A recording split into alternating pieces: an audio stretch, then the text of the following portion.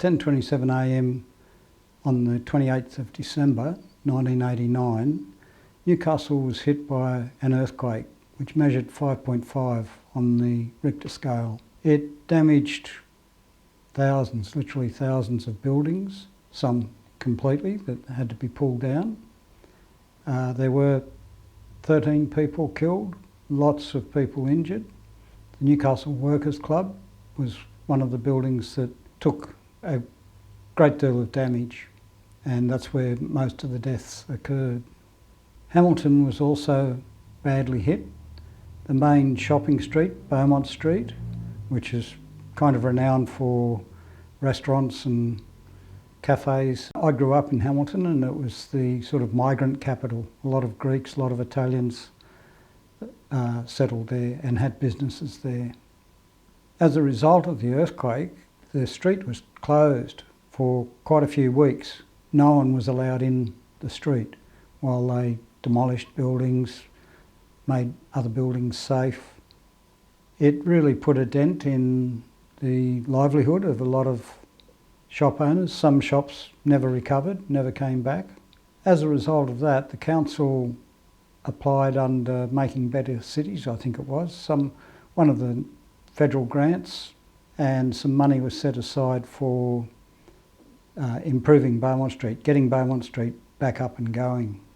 Paul Maher, a Newcastle-based artist, had put in a proposal helping to reinvigorate Beaumont Street by the inclusion of artworks. The study for it, the preparatory work for it, was funded by a grant, and the project was called the Creative Pavement, and it was about making the pavement and the surrounds of the pavement look a lot nicer so that people would be drawn to come there to look at the artworks and to then obviously use the businesses. Paul's main part in doing that was going to be mosaics in the footpath. He had started making mosaics and was going to do a series of them for Hamilton. He took me on as a consultant. He asked if I would be interested. What I came up with was to do some planter pots and again use mosaic and hand-painted tile and hand-painted ceramics on these planters. The main rationale behind using the mosaics was that Hamilton was this sort of cosmopolitan melting pot. When we did the community engagement, we found, I can't even remember how many, but there was close to 100 different nationalities represented in the Beaumont Street shopping strip, the retail area.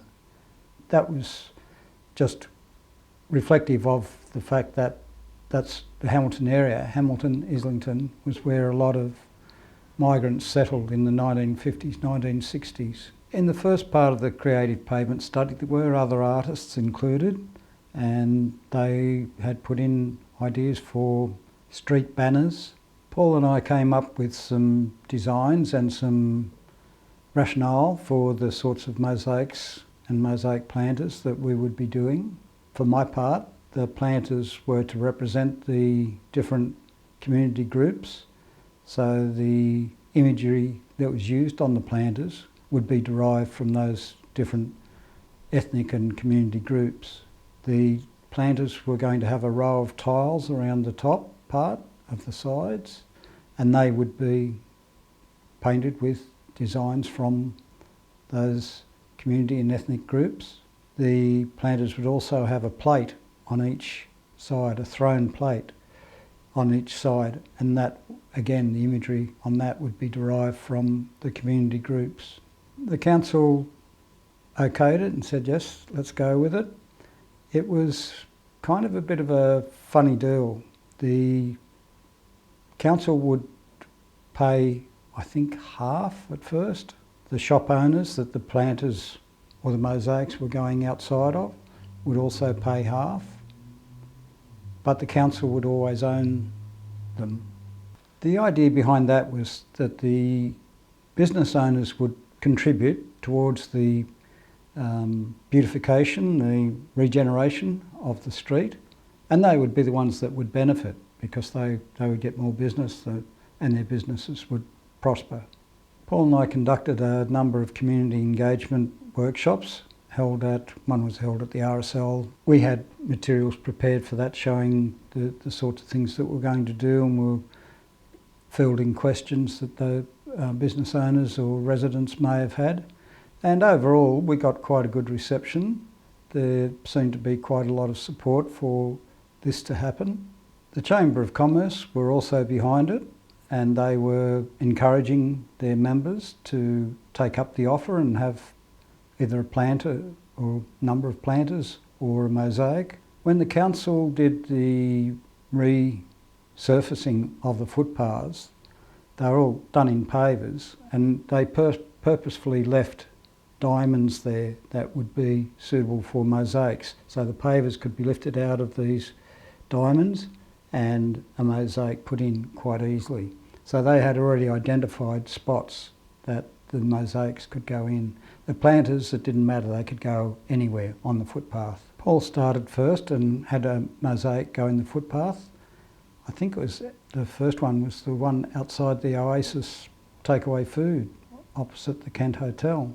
My first commission was with the Kent Hotel, and the people that owned that also owned a cafe across the road, the Cafe de Beaumont. They ordered 6 planters to go around the Kent Hotel.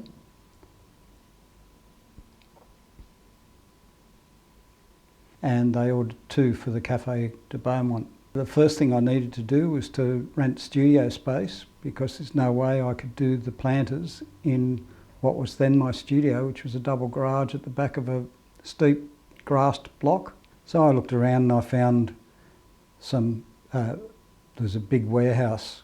Well, actually it was an old foundry. There was a business in it, Old Style Interiors, and they had loads and loads and loads of empty space which they were renting out, and I took some space there, and that's where the planters got made. Part of the reason for doing it there was that there was a forklift there. These planters weighed over a couple of 100 kilos once they were done. They were cement planters, and then they had the layer of tile all around the outside, and down 150 mil on the inside too. I started sourcing the tiles, and what I would do is go around to various tile suppliers, because they were going to be fractured tile mosaics, so the tiles were actually broken up, they weren't whole anymore.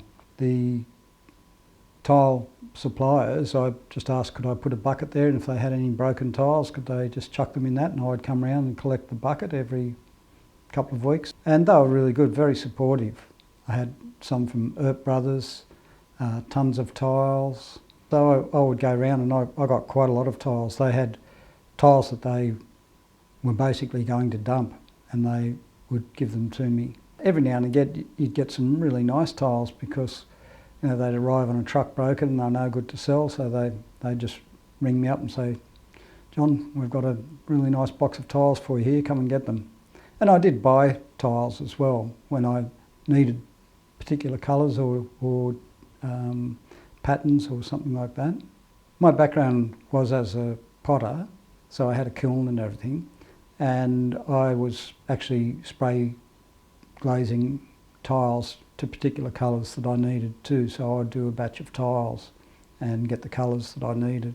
I also hand painted the top tiles that went around the top border and the plates that were included on the sides. I made them, threw them on the wall and then decorated them. One of the concerns the council had about the planters was because they were fractured tile, there would be sharp bits.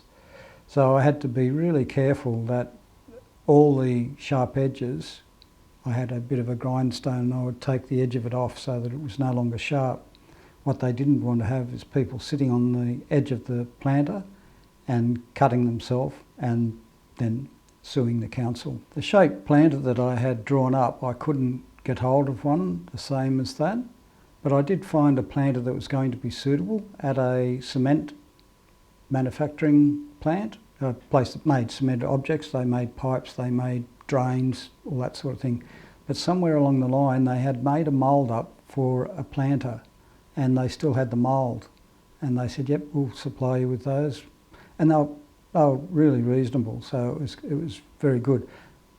Very heavy. I'd had a ute at the time. I could fit 2 of them on the back of it, and even then the poor old ute would be dragging its bum. When I wrote out the original proposal, I think I had said that it would take me a week to make each one, because there was quite a lot of fairly intricate fitting of tiles together and around the plate and all that sort of thing, coming up to edges. So I figured it would probably take me a week to make each planter. The first planter took me 3 weeks and probably another day or 2. So I had to learn how to get a little bit better at it as I went along so that they became financially viable. The first couple definitely weren't. Once the planters were made, I would make a call to the council and they would come and pick the planters up, and they were then taken to the council's nursery where they were planted. They wanted to do it this way so that the plants would have a bit of time to be established before they were put into the street. They were worried that if they planted them once they were in the street, the plants would be too easy to be pulled out. They may not establish well and so wouldn't look very good. So they took them to the nursery, and I think they had them at the nursery for 2 or 3 weeks before they would bring them to the street. And they were in charge of the installation. I would go and tell them which way round I wanted them, where they were to sit. The council were the people that were in charge of the installation. And sometimes that meant closing off part of Beaumont Street. With that first batch, it was quite funny because I went in early. They were doing it at, I think it was 5:30, 6 o'clock in the morning or something like that, so that they didn't disrupt the traffic too much. And they had the truck there with all these planters on the back with a big high-ab crane. And when I pulled up, the council reps weren't anywhere to be seen yet. They did come fairly soon after. So I just went over and I was talking to the guy that was operating the high-ab. He was just standing there waiting for instructions, basically. I didn't sort of introduce myself as the artist first up. I just was sort of saying something about the planters, and he didn't know that I was the artist. And he said, "Oh, bloody hell, they're bloody horrible looking things. I don't know how long they'll last. I'll probably get it all broken. I hope they do." And then I told him I was the artist, and he was mortified. He was really apologetic, and I said, "Look, it's okay. I don't expect everybody to like them. Hopefully they'll last a bit longer than you think." And they have. They've lasted quite well. Once the first ones went into the street and they were seen as being, enhancing the streetscape, there was quite a bit of publicity too. There was the news crews were there, the papers came and wrote articles and took photos, and the Maher came along to that first one in particular. It picked up quite well from that. A fellow who owned a lot of property in Beaumont Street, George Yarnis, took up the mantle, I suppose, of being one of the benefactors. He ordered 6 planters for one of his businesses. George was Greek, and one of the mosaics that Paul did showed his journey as George told it. He was born in a little village in the north of Greece. He and his father came down to Athens by donkey, and as they called the ship over. And so Paul's mosaic has them with the donkey. The part of Greece that he was from had been at different times throughout its history been conquered by various nations. And so when I did the planters for George, I wanted to reflect that. Most of the planters did look at the cultural backgrounds of the shop owners. There was one, for example, that used to be Wolf's optometrist. Now, the fellow that ran that was South African, and he had married a Korean wife. So the 2 planters that went outside his shop, one had African designs and one had Korean designs. And quite often with the designs, I based them around some of the ceramic motifs that came from those cultures, because ceramics has always been used by archaeologists as a measure of a society. They look at the sort of complexity of form, making methods, but also the the imagery used on it is quite often, sometimes it's the only imagery that's left from a culture, is that found on ceramics, because ceramics last so long. A couple of the planters that I did were done for what the shop was, and the best example of that is there was a shop called Pete's Perfect Pastries, pastry shop.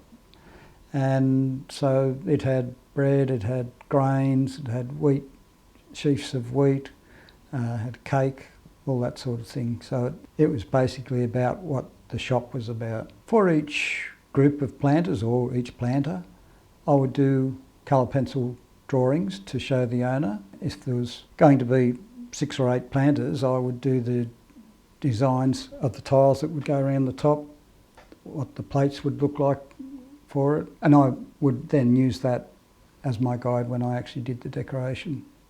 I think I ended up doing 24 planters. As well as the planters, a couple of other things came up for me. One was the wall at the pharmacy. A man named Neil Van Eppen had the pharmacy. I think it was just called Hamilton Pharmacy. And what I did there was I just approached him. I said, look, you've got a great wall there for an artwork. Would you be interested in having an artwork?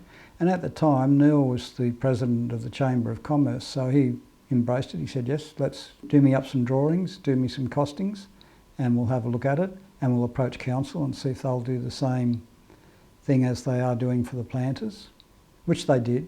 So what I decided to do there was, the way I'd been working in ceramics for quite some time and what I was doing with the tiles and the plates, it's a ceramic technique called maiolica.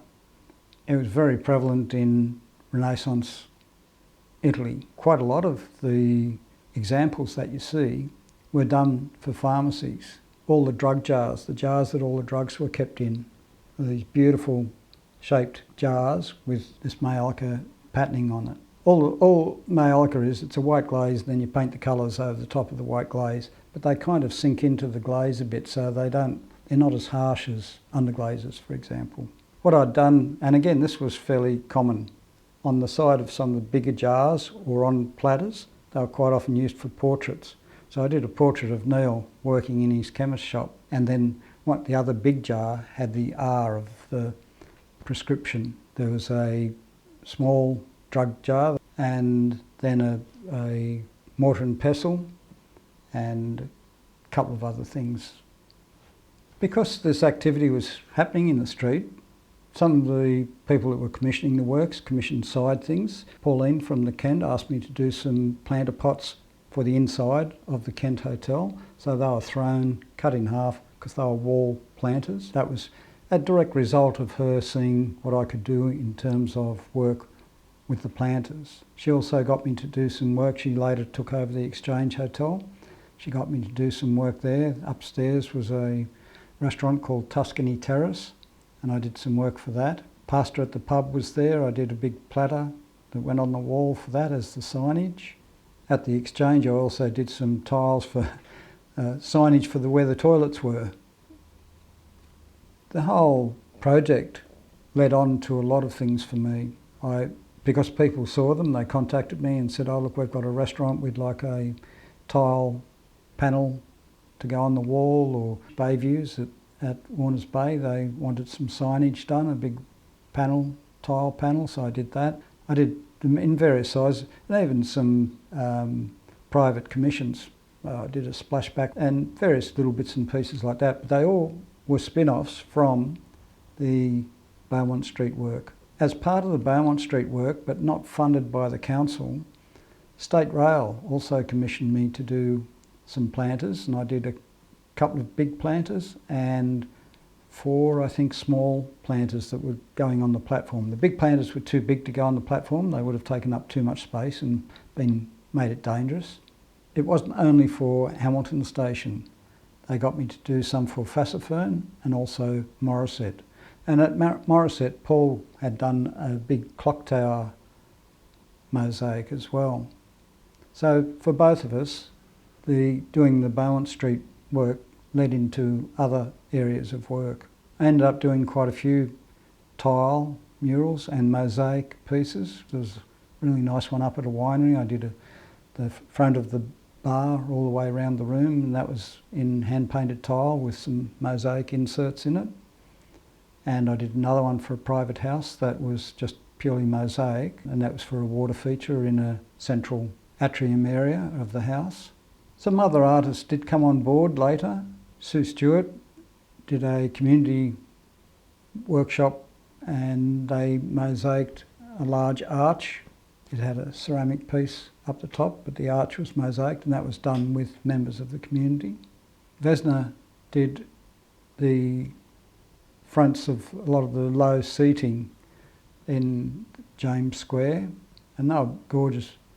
I can't remember Vesna's ethnic background, but Central European somewhere, so she was drawing on a lot of the imagery from her homeland. There was another set of footpath mosaics that went in, and unfortunately they were done with community groups, but unfortunately when they installed them they didn't do it in the correct manner. What they did was to do the mosaics onto a cement sheet and then put the cement sheet in where the pavers came up out of the diamond. The only problem with that is as it got walked on and the soil settled and things like that, these things moved and they cracked and lots of the tiles came off. So at present, the council actually pulled up quite a number of the damaged ones of those, and Paul Maher is actually working again he's not actually making the mosaics this time, he's working with community members to make the mosaics and have them properly installed. There was a little bit of, I suppose, concern from the council over how well all this stuff would last because of its ceramic content. The mosaics that Paul was doing were made from floor tiling tiles, so they were stoneware, quite vitreous, quite hard, not going to wear away easily with all the foot traffic going over them. I suppose a mistake that I made was the early planters were tiled on the tops of the cement planter.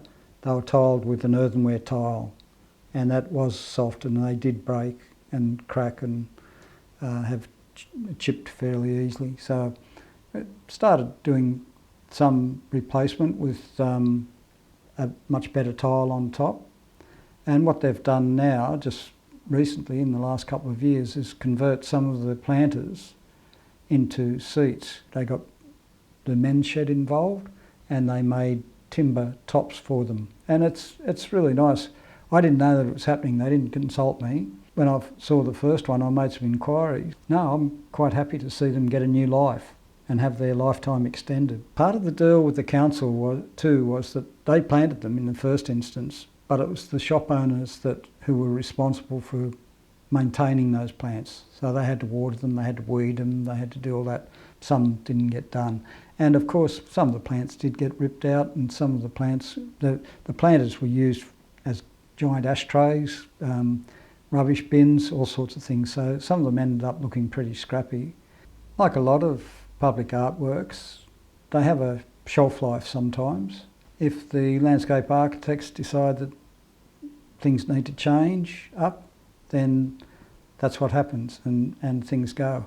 I'm not quite sure how many of the planters are left. And I know too that, for example, the Kent, they had 6 outside their building. They decided at one stage with a revamp of the decor of the Kent that the planters no longer complemented the building. So they asked for and had them moved. So they got moved to various other places up and down the street. Some of the planters have gone missing. I know of at least one that was sideswiped by a car and broken. The unfortunate thing for me is all Vesna's mosaics have gone. They just very recently did a complete revamp of James Square and all her work went, along with the biggest of the mosaics that Paul did under the clock tower, and it's gone now too. But that's part of what happens with public artworks. I've had the same thing happen with works that I did later on at various places, and you've just kind of got to ride with it. That's part and parcel of working in that way. Overall, it was a great project. It was really fun to be part of and got to meet lots of really interesting people and hear their stories. Lots of the people that came to Australia in the 50s and 60s really did it quite tough and had very interesting stories to tell. We found out those stories by talking with them about, what motifs to use on the works that we were doing. Paul was particularly interested in illustrating some of those stories with his mosaics. To me, it was successful in that it really did make the street come alive a lot more, and it reflected the multicultural heritage of Beaumont Street. I grew up in Hamilton. I went to Hamilton Primary School. Quite a lot of my friends were Greek, Italian, Yugoslav. So there was this very much a multicultural mix very early on. The choice of mosaics and the working with the thematic designs that we had really sort of enhanced that culture. The businesses saw them as a positive thing, that they were bringing people into the street to look at the artworks and then to obviously stop and have a cuppa and maybe a meal.